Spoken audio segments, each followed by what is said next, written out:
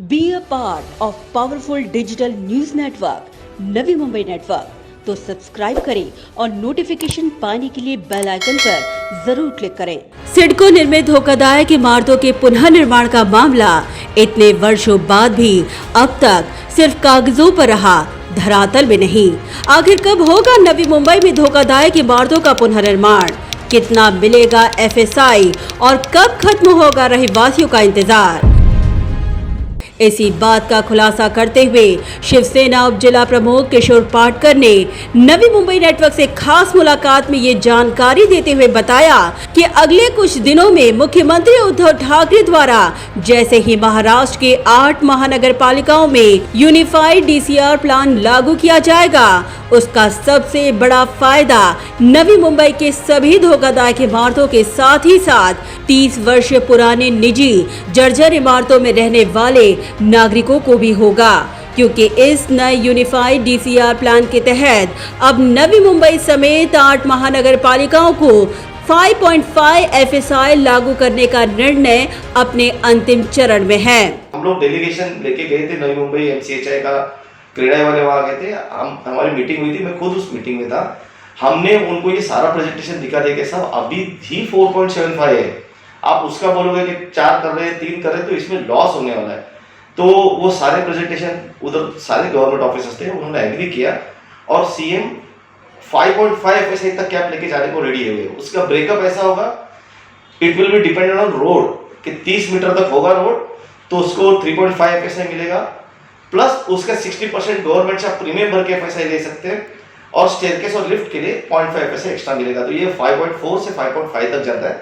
कब तक officially 5.5 FSI लागू हो जाएगा आपके हिसाब से? 5 से 6 दिनों में हो जाएगा। ऑलरेडी सब अप्रूव हो चुका है, वो एनी मोमेंट बाहर आ जाएगा और 5.5 के नीचे FSI नवी मुंबई में फिजिबल नहीं होगा। किशोर पाटकर ने 5.5 FSI का पूरा गणित बताते हुए इस बात का खुलासा किया कि यूनिफाइड DCR प्लान लागू होता है तो आखिर किस प्रकार से ये 5.5 FSI लागू होगा। FSI जहाँ तक मुझे अंदाज है और जो हम लोग ने सबमिशन किया जिसको प्राइमरी अप्रूव कर दिया था वो 5.5 तक जाएगा, उसका अपर लिमिट वो होगा। 3 आएगा FSI, उसके ऊपर 60% प्रीमियम FSI प्लस 0.5 स्टेयरकेस और लिफ्ट का ऐसा मिला के वो 5.3 से लेके 5.5 तक जाता है based on the plot area and size. Navi Mumbai के धोखाधड़ी इमारतों के पुनर्निर्माण को लेकर नवी मुंबई के 3 प्रोजेक्ट्स को रीडेवलपमेंट की अनुमति पहले ही मिल चुकी थी। किशोर पाटकर ने बताया कि CC तक पास हो चुका था, मात्र CC का दर भरना प्रलंबित था, मगर इसी दौरान कोरोना संक्रमण का प्रकोप आया और ऐसे में काम शुरू करना उचित न था। किशोर पाटकर ने कहा कि मुंबई की तर्ज पर राज्य सरकार जल्द ही नवी मुंबई में डेवलपमेंट चार्जेस को कम करने और इंस्टॉलमेंट को लेकर ठोस निर्णय लेने वाली है और इसीलिए इस निर्णय के इंतजार में फिलहाल भवन निर्माणकर्ता इंतजार में हैं। नवी मुंबई में रीडेवलपमेंट शुरू नहीं हो रहा है, उसके पीछे का मेन रीजन ऐसा है कि ये जो 5-6 महीने कोविड आया, ये कोविड की वजह से अभी रुका हुआ है। कोविड सिचुएशन लॉकडाउन होने के पहले ही 3 प्रोजेक्ट अप्रूव हो चुके थे, CC पास हो चुकी थी, CC का पैसा भरने का लेटर निकल चुका था। बट उस वक्त इतना पैसा भर के 30-30 करोड़ 20-20 करोड़ एक प्रोजेक्ट में कोई फायदा नहीं था, क्योंकि कुछ क्लियर दिख नहीं रहा था, सब अनसर्टेनिटी थी कि चालू होगा नहीं होगा। बट अभी जो रुका हुआ है उसका रीज़न इज़ फाइनेंशियल, क्योंकि गवर्नमेंट आते 4-5 दिनों में ये जो डेवलपमेंट चार्जेस है जैसे मुंबई में कम कर दिया है, वैसे नवी मुंबई में भी कम होने के 99% चांसेस है और उसका अप्रूवल आने वाला है। अभी जैसे ही ये डेवलपमेंट चार्जेस कम का उसी यूनिफाइड DCR जो CM साहब अभी ला रहे हैं, पूरे महाराष्ट्र के लिए एक ही DCR बन रहा है, सब महानगर पालिका उसमें इन्वॉल्व है, सबका वो लोग चार्जेस कम करने वाले because of the Covid situation. Peoples and builders are waiting for that कि once it is out and the FSI increases then we can start the redevelopment, इसीलिए रुका हुआ है। बाकी दूसरा कोई मुद्दा नहीं, बाकी सारे सिडको NOC से लेके एनवायरमेंट NOC सारे NOC मैं प्रोक्योर कर चुका हूँ। आई एम हैविंग एवरीथिंग, मेरे पास लेटर है, पैसा भरो CC ले लूँगा। किशोर पाटकर ने कहा कि आज इस धोखाधड़ी इमारतों के पुनर्निर्माण के लिए सबसे ज्यादा जरूरी है ट्रांजिट कैंप की व्यवस्था। रीडेवलपमेंट का कनेक्शन ट्रांजिट कैब से मोस्ट इम्पोर्टेंट है। कितनी एनओसीज, कितने झगड़े, कितने कोर्ट कचहरी सब कर करके लास्ट में जो मुद्दा आएगा किसी को भी रीडेवलपमेंट करने का तो वो ट्रांजिट का ही आएगा।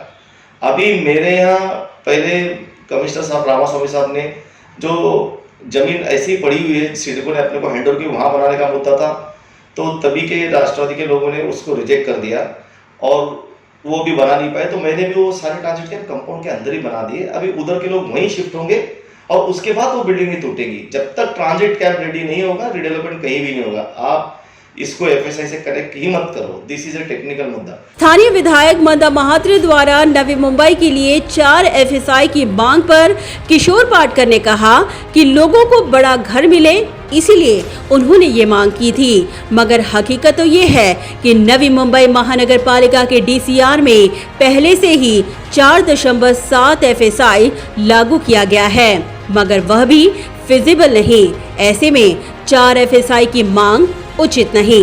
मैं नम्रतापूर्वक ये बताना चाहता हूँ, अभी जो 2.5 एफएसआई है वो 2.5 एफएसआई आप जब लेने जाते हो तो उसके ऊपर जो फ्री ऑफ एफएसआई कंपोनेंट है वो 80 से 89% तक का है। अभी एज पर एनएमएमसी के डीसीआर अपने को 4.75 एफएसआई ऑलरेडी है, फिर भी वो फॉरवर्ड नहीं रहा है। तो ये जब 4.75 नहीं फॉरवर्ड रहा है तो जाके 4 एफएसआई उन्होंने जो मांगा है वो मुझे नहीं लगता है कि उचित होगा नवी मुंबई के लिए। और 4 एफएसआई जब मांगा जाएगा तो ये बाकी का जो लॉस होगा 0.75 का वो ऑलरेडी फिजिबल नहीं है, उसकी वजह से ये भी नहीं होगा। वो इसलिए जाके उधर एफएसआई ऐसा मांग कर रहे हैं, उनका इधर का एक स्थानीय कामदार होने के नाते उनको बहुत जगह जवाब देना पड़ेगा कि अभी तक रीडेवलपमेंट स्टार्ट क्यों नहीं हुआ और लोगों का घर बड़ा बनना चाहिए, इसीलिए उन्होंने जाके मांगा है। उनको ये टेक्निकल बात नहीं मालूम होगी कि अभी एग्जिस्टिंग ही 4.75 एफएसआई फिर भी फॉरवर्ड नहीं रहा है। तो हम लोग को 4 एफएसआई फॉरवर्डेगा नहीं, हमको 4.75 जो अभी है उसके ऊपर एफएसआई जाना चाहिए। 4 एफएसआई से नवी मुंबई का रिडेवलपमेंट बिल्कुल नहीं होगा, उल्टा जो है उसमें भी कम हो जाएगा।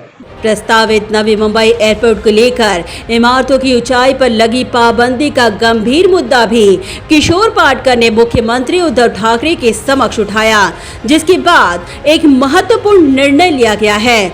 दूसरी बात ऐसी भी है कि आपको सबको पता है नवी मुंबई में एयरपोर्ट आ रहा है। एयरपोर्ट की वजह से नवी मुंबई में हाइट रेस्ट्रिक्शंस लगी हुई है। पहले वो जो हाइट रेस्ट्रिक्शन लगी है उसको हटाना है, तो हम लोगों ने वो भी प्रेजेंटेशन दिया है और करीब 12 से 15 मीटर हाइट और बढ़ रही है, जिसके कारण ये एफएसआई यूटिलाइज हो सकेगा, अदरवाइज यूटिलाइज नहीं होगा। किशोर पाटकर ने कहा कि इस एफएसआई के मुद्दे पर जिसे राजनीतिक श्रेय लेना है ले, मगर उनकी आम जनता से सिर्फ यही अपील है कि अब मौका आ गया है कि आपसी रंजिश छोड़कर पुनः निर्माण में सहयोग देने का। राजनीतिक श्रेय जिसको लेना है उसको लेने दो। Now the topic is this कि लोग धोखाधड़ी घरों में रह रहे हैं, 2 लाख लोग, उनकी जान बचाने के लिए कुछ भी करके सब आगे आओ, उनको ट्रांजिट कैंप का बंदोबस्त करके दो और उनको फिर कोई बिल्डिंग गिर के मरेगा फिर आपको मालूम पड़ेगा ये गलत, बाद में सब रोएंगे। उससे अच्छा अभी एक्ट करना चालू कर दो। लोगों से रिक्वेस्ट करूंगा कि रीडेवलपमेंट करते हो आपस में झगड़ा मत करो। मेरे इधर सेक्टर 9 में जैसे स्थानीय कामदार मंदाताई महात्रे बोल रहे हैं कि बड़ी कंपनी आई, वैसे हम गोदरेज जैसी इतनी बड़ी कंपनी आई है जो उनका घर बांध के देने को तैयार है। और गोदरेज जैसी कंपनी जो आई है वो एक फ्लैट बेचे बगैर भी प्रोजेक्ट कंप्लीट कर सकते हैं। लोग उनको भी आपस में ईगो करके विरोध कर रहे हैं। ये रीडेवलपमेंट के लिए बहुत घातक है। इस चीज से बाहर आए सब लोग, अपना ईगो बाजू में रखो। घर अगर लोगों के बड़े घर बनते हैं और उस धोखाधड़ी बिल्डिंग से निकलते तो उनको निकलने दो, बनना चाहिए वो सब घर। मेरा तो ये विजन है। Bureau report, Navi Mumbai network.